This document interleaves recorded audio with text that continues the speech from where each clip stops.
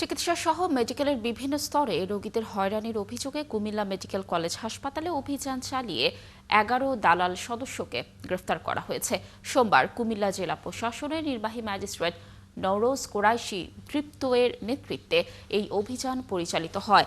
সোমবার দুপুরের মেডিকেলের বিভিন্ন অংশ থেকে প্রথমে ১৪ জনকে আটক করা হয়, পরে প্রাথমিক জিজ্ঞাসাবাদের পর জড়িত ১১ জনকে ২০ দিন করে বিনাশ্রম কারাদণ্ড প্রদান করে কারাগারে পাঠানো হয়েছে।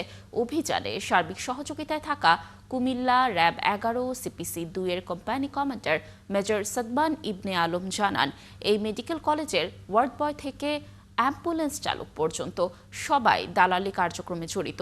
তাদের হাতে প্রতিদিন অসংখ্য রোগী ও তার স্বজন চিকিৎসা নিতে এসে প্রতারিত হচ্ছেন। মেডিকেল কলেজের দালাল শূন্যের কোটায় আনা এবং শৃঙ্খলা ফেরাতে র্যাবের অভিযান অব্যাহত থাকবে।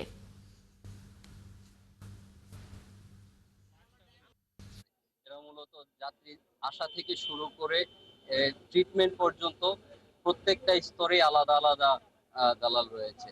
তো আমি চেষ্টা করেছি এদের ট্রেস গুলো ফলো করার জন্য, এবং ট্রেস ফলো করে মোটামুটি আমরা ১০-১৫ জনের মতো দালালকে গ্রেপ্তার করতে সক্ষম হয়েছি। তাদের হাতে পড়ে দেখা যাচ্ছে যে একটা বড় অ্যামাউন্ট তাদের হাত থেকে চলে যায়, এবং প্রপার যে চিকিৎসা সেবা যেটা তাদের আসলে সরকারি ভাবে বলি বা জনগণের অধিকার হিসেবে, মৌলিক অধিকার হিসেবে যৌক্তিকভাবে পাওয়ার কথা, ন্যায্য মূল্যে পাওয়ার কথা, সেই জিনিসটা তারা পান না।